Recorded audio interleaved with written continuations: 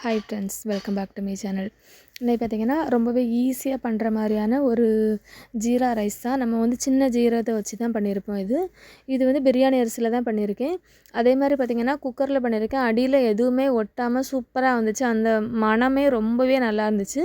இதில் மெயின் இதுவே பார்த்திங்கன்னா ஜீரகம் போடுறதுனால நமக்கு வந்து நல்லா ஈஸியாக வந்து டைஜஸ்டும் ஆயிரும். ரொம்ப சிம்பிளாக பண்ணுற மாதிரியான ஒரு ரைஸ் தான். நான் இதுக்கு பார்த்திங்கன்னா சைடிஷ் வந்து உருளைக்கிழங்கு கிரேவி தான் வச்சுருந்தேன். அந்த வீடியோ இதில் வந்து இருக்காது. ஃபஸ்ட் நம்ம வந்து எப்படி பண்ணலான்னு சொல்லிட்டு பார்க்கலாம். இது வந்து ஃபஸ்ட்டு வந்து குக்கர் எடுத்து வச்சுருங்க. ஒரு 3 டீஸ்பூன் அளவுக்கு நம்ம வந்து நெய் ஊற்றிக்கிடலாம். நெய் வந்து நல்லா வந்து சூடானதுக்கப்புறம் இதில் வந்து ஒரு 2 ஏலக்காய், 3 கிராம்பு, ஒரு சின்ன துண்டு பட்டை, இது வந்து போட்டால் தான் நல்லா ஃப்ளேவராக இருக்கும். அந்த இது வெந்து வரும்போது நல்லா மணமாக இருக்கும். இப்போ இந்த 3மே போட்டு நல்லா வந்து பொரிஞ்சதுக்கப்புறம் பார்த்திங்கன்னா ஒரு 10லேருந்து 15 முந்திரி பருப்பு அதையும் போட்டுட்டு நல்லா வந்து ரோஸ்ட் பண்ணிவிடுங்க. அது வந்து முந்திரி பருப்பு நல்லா வந்து ரோஸ்ட் ஆகி கொஞ்சம் கலர் வந்து சேஞ்ச் ஆகணும். இது வந்து நீங்கள் வந்து லாஸ்ட்டாக கூட இப்போ வந்து முந்திரி பருப்பை வறுத்துட்டு தனியாக எடுத்து வச்சுட்டு லாஸ்ட்டாக கூட போடலாம். அப்படி இல்லைனா ஃபஸ்ட்டே அதுக்குள்ளேயே நம்ம வந்து போட்டு கூட வேக வச்சு எடுக்கலாம். இப்போ இதில் வந்து ஒரு டீஸ்பூன் அளவுக்கு ஜீரகம் போட்டுக்கிடலாம். ஜீரகத்தை போடும்போது தீயை வந்து கம்மி பண்ணி வச்சுருங்க, இல்லாட்டி கருக ஆரம்பிச்சிடும். நல்லா மிக்ஸ் பண்ணிடுங்க. இது வந்து பிரிஞ்சி இலை. இது வந்து வீட்டிலேயே எனக்குடைய இலை தான். நல்லா மணமாக இருக்கும் அந்த இலை. அதுக்கப்புறம் ஒரு மிளகா.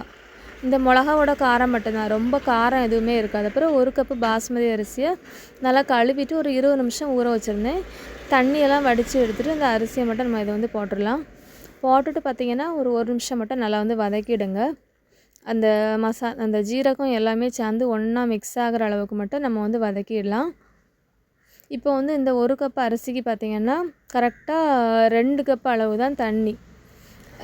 சில பேர் பார்த்திங்கன்னா 1.5 கப்பும் வைப்பாங்க. ஆனால் அது வந்து சோறு ரொம்ப வித்து மாதிரி இருக்கும். இது வந்து நான் வந்து ஸ்கூலுக்கு கொடுத்து விடக்கு தான் நான் வந்து காலையிலே வந்து வச்சேன். அதனால் வந்து 2 கப்பு தான் நான் வந்து ஊற்றிருக்கேன்.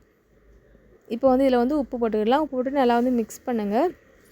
மிக்ஸ் பண்ணிவிட்டு ஃபஸ்ட்டு வந்து இது வந்து நல்லா வந்து கொதிக்கணும். கொதிக்கிறது வரைக்கும் நம்ம வந்து தீயை வந்து அதிகமாகவே வச்சுக்கிடலாம். இப்போ பார்த்திங்கன்னா நல்லா வந்து கொதிக்க ஆரம்பிச்சிட்டு இந்த தண்ணி எல்லாமே கொஞ்சம் வந்து லைட்டாக வந்து வற்ற ஆரம்பிக்கும். இந்த டைம் நம்ம வந்து உப்பு வந்து செக் பண்ணி பார்த்துடணும். உப்பு வந்து கொஞ்சம் அதிகமாக தெரியணும். அப்போ தான் சோறு வெந்து வரும்போது கரெக்டாக இருக்கும். இப்போ ஓரளவுக்கு நல்லா வந்து தண்ணி எல்லாமே வற்றிட்டு கொஞ்சம் குழுன்னு வர அந்த ஸ்டேஜுக்கு வந்துட்டு அரிசியும் வந்து ஓரளவுக்கு வெந்திருக்கும். இப்போ நம்ம வந்து தம் போட்டுக்கிடலாம். இந்த குக்கரை வந்து மூடி ஃபஸ்ட்டு நம்ம வந்து கீழே எடுத்து வச்சிடலாம். அடுப்பில் வந்து ஒரு தோசைக்கல் எடுத்து வச்சுருங்க. தோசைக்கல் எடுத்து வச்சுட்டு நல்லா தீயை வந்து ஃபஸ்ட்டு நம்ம வந்து கூட்டி வச்சிடணும். நல்லா சூடானதுக்கப்புறம் சிம்மில் போட்டுடணும். சிம்மில் போட்டுட்டு நம்ம வந்து குக்கரை எடுத்து வச்சுட்டு பார்த்திங்கன்னா கரெக்டாக 20 நிமிஷம் விசில் எதுவுமே அதில் வந்து வராது. 20 நிமிஷம் கழித்து நம்மளே வந்து ஆஃப் பண்ணி எடுத்துடலாம். அந்த ப்ரெஷர் எல்லாமே போனதுக்கப்புறம் நம்ம வந்து ஓப்பன் பண்ணணும். இப்போ நான் வந்து ஓப்பன் பண்ணிட்டேன். நல்லா மணமாக இருக்குது, சூப்பராக இருந்துச்சு. இப்போ நம்ம வந்து மிக்ஸ் பண்ணி எடுக்கலாம். அடியில் வந்து பார்த்திங்கன்னா எந்த ஒரு இதுவுமே ஒட்டவும் இல்லை. நல்லா வந்து அப்படியே சூப்பராக வந்துச்சு சோறு.